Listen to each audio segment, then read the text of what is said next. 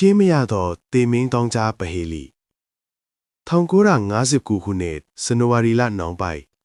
ဆိုဗီယက်ယူနီယံရဲ့အေးစိမ့်လာတဲ့ယူရဲတောင်တန်းယူရဲမောင်တင်းစီကိုအတွေ့အကြုံရင်းတောင်တက်သမား9ဦးချီတက်ထဲကြပါတယ်။အဖွဲ့ခေါင်းဆောင်ကတော့အသက်23နှစ်အရွယ်အီဂေါ်ဒီယာဒလော့ဖ်ပါ။သူတို့အားလုံးဟာတက္ကသိုလ်ကျောင်းသားကျောင်းသူတွေဖြစ်ကြပြီးပျော်ပျော်ပါးပါးနဲ့ခက်ခဲတဲ့ခရီးချမ်းကိုစိန်ခေါ်ဖို့ထွက်လာခဲ့ကြတာပါ။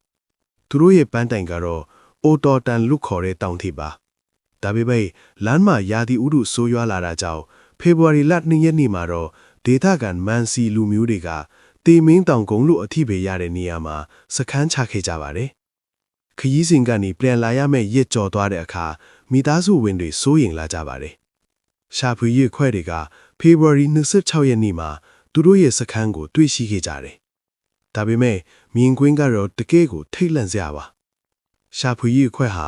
တဲနဲ့မီတာ900အကွာမှာပထမဆုံးအလောင်း2လောင်းကိုတွေ့ရတယ်။အတွင်းကန်ပေါင်းပြီးပဲဝတ်ထားကြတယ်။နောက်ထပ်3လောင်းကိုတော့တဲစီကိုပြန်သွားဖို့ကြိုးစားနေတဲ့ပုံစံနဲ့တွေ့ရတယ်။အဆိုးဆုံးကတော့နောက်ဆုံးမှတွေ့ရတဲ့4လောင်းပါ။သူတို့ကိုတောင်ကြားထဲမှာနှင်းတွေအောင်မြုပ်လည်ထားတွေ့ရပြီးသူတို့ရဲ့တန်ရာတွေကအင်မတန်ထူးဆန်းနေပါတယ်။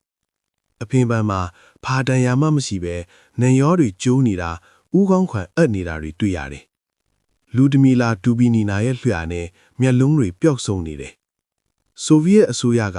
စုံစမ်းစစ်ဆေးမှုတွေကိုချက်ချင်းပိတ်ပစ်ခဲ့ပြီးတေဆုံးရခြင်းအကြောင်းရင်းကိုတွင်းလွန်ယူမရတော့တဘာဝအားတစ်ခုလိုပဲတတ်မှတ်ခဲ့ပါတယ်။ဒီနေ့အထိထင်ကြေးတွေအမျိုးမျိုးရှိနေတော့ပါ။ယနေ့အချိန်အထိဒီဟာဒလော့စ်ဘတ်ဖြစ်ရဟာသိပ္ပံပညာရှင်တွေနဲ့စုံစမ်းစစ်ဆေးသူတွေအတွက်အကြီးမားဆုံးပဟေလိအထိရှိနေစေပါ။